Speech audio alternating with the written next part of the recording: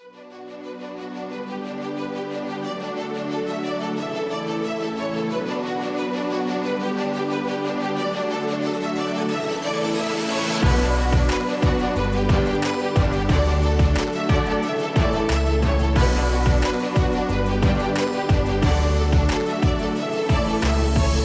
I'm Gwen Jorgensen, world champion triathlete, US Olympian, and proud Team 24 athlete.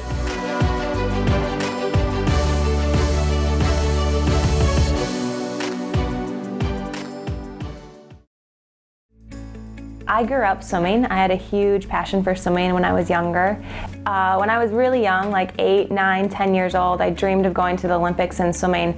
And I also did a little bit of running, but I realized that I just had a huge passion for swimming. So I went to the University of Wisconsin-Madison, where I walked on their swimming and diving team. And after about 3 years, I realized that I had kind of reached my potential.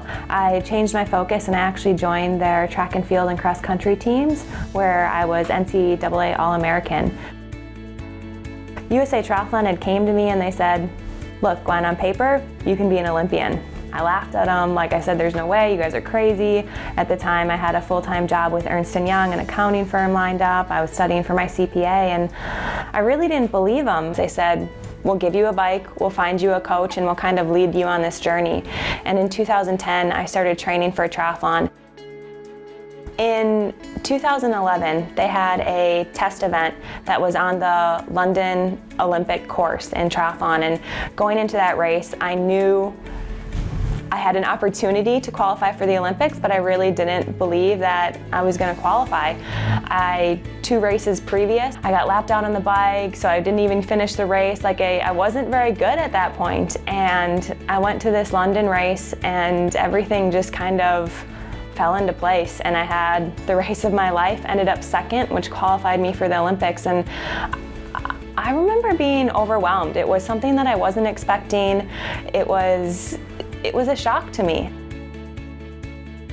The London Olympics, I got 38th, and on that day, there was 37 women that were better than me, and I never thought, oh, I'm better than them or anything like that, but I really felt like, I had only started triathlon 2 years ago, and when I started, I didn't commit fully. I said, okay, I have 4 years. I can fully commit for 4 full years to triathlon and do everything I can to improve my weaknesses and hopefully be at the top competing for a medal. I had no idea if I'd be able to. It was a huge gamble, a risk. It was something I didn't know if I would be good enough to be a medal contender, but I knew at that time that I only had one chance to go all in, and I decided to do it. It was a life-changing moment in my career.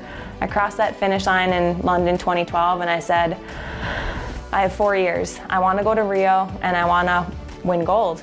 Something I've learned in triathlon is to be successful, you can't focus on the outcome. There's a lot of uncontrollables that can happen. There's a lot of things you can't control in the race, so I really try to focus on the process and being in the moment. Every single day, I write down 3 things that I do well and 3 things that I can improve upon, and those things are always process driven, so they're never I swam a best time or I ran a PR. It's always things like I focused on streamlining off the wall, or I focused on my cadence on the run. It's always process driven things that I really define as being good days.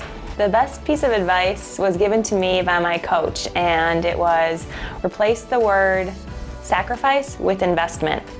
It's what now Patrick and I live by. We decided to live abroad for 9 months of the year. That's not a sacrifice, that's an investment. We're making an investment in our future, my career, and we really believe that it'll pay dividends, and it's something that we can all apply to our lives. We always use the word sacrifice. We're always saying, oh, that's a huge sacrifice. But if you look at it at an investment, I think it can change your entire life. I had a lot of people believe that I could go to the Olympics before I did, and it's taken me a while to actually believe them and trust them, and without them I definitely wouldn't be doing triathlon.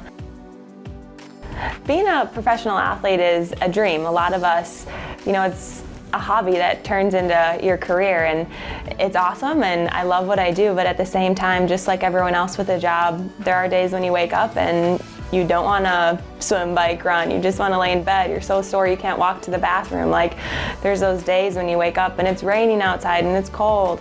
But you know what really motivates me is I have a great support crew. And I mean, Patrick, think about this. You have somebody who has a career.